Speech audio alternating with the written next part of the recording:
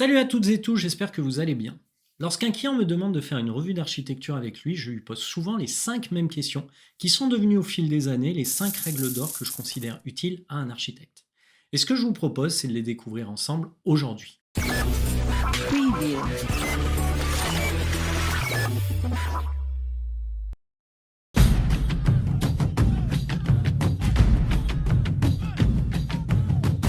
La première règle d'or est la plus importante, mais aussi la plus simple.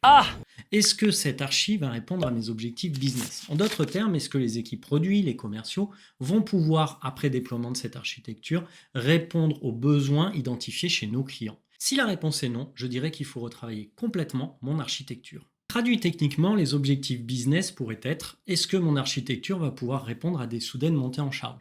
Ou alors, est-ce que mes utilisateurs vont avoir la possibilité de commander mon produit à toute heure du jour comme de la nuit? Vous l'avez compris, les objectifs business sont propres à chaque entreprise.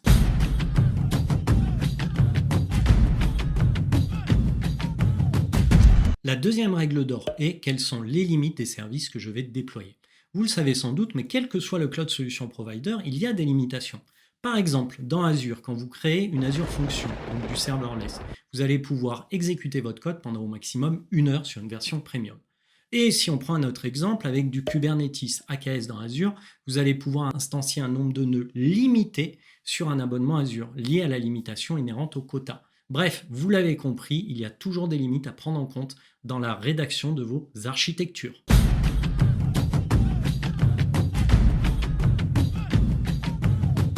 Troisième règle d'or, quel est l'effort nécessaire pour maintenir l'infra déployée? Et là, on rentre dans un débat entre le IaaS, le PaaS, le SaaS. Le IaaS étant des machines virtuelles, offrant une plus grande liberté, mais nécessitant de la maintenance beaucoup plus poussée, puisque je vais devoir la patcher ma VM, la redémarrer, etc. A contrario, le PaaS, Platform as a Service, lui, va vous offrir une plus grande liberté en termes de maintenance, puisqu'elle va être dévolue au Cloud Solution Provider. Mais d'un autre côté, vous allez bien souvent perdre en fonctionnalité. Le modèle de hosting va donc avoir une importance prépondérante dans l'architecture que vous allez designer.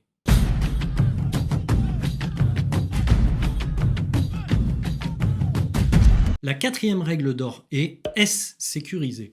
Tous les cloud providers vous mettent à disposition des outils pour améliorer la sécurité de votre infrastructure déployée. Mais rien ne vous empêche d'utiliser vos propres outils de sécurité, par exemple pour chiffrer avec vos propres algorithmes vos données chez le cloud provider.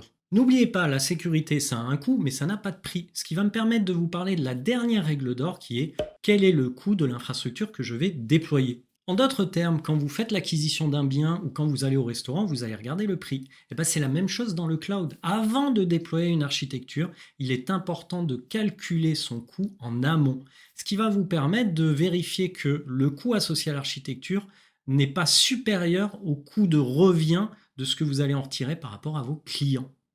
Même si je l'ai cité en dernier, l'impact de cette règle sur les autres est prépondérant. Pourquoi? Tout simplement parce que la sécurité de mon infrastructure, la maintenance de celle-ci au quotidien ou même les limitations associées vont être impactées par le coût. Et que dire de l'impact sur la première règle? Si l'infra que je vais déployer a un coût tellement énorme que cela va rogner sur ma rentabilité, alors il convient de se poser les bonnes questions. En préparant cette vidéo, vous avez été plusieurs à me partager sur LinkedIn vos propres règles d'or. Je vous les cite pêle-mêle. Faut-il investir plus de temps dans l'apprentissage de cette techno ou choisir une technologie que je maîtrise déjà? Mes équipes sont-elles autonomes pour maintenir ou faire évoluer l'architecture déployée? Et enfin, existe-t-il des alternatives plus simples à mettre en place? J'espère que cette vidéo vous a plu. Si c'est le cas, n'hésitez pas à liker, partager et bien entendu à vous abonner à ma chaîne. À bientôt, salut tout le monde! Surtout lâchez un like et abonnez-vous.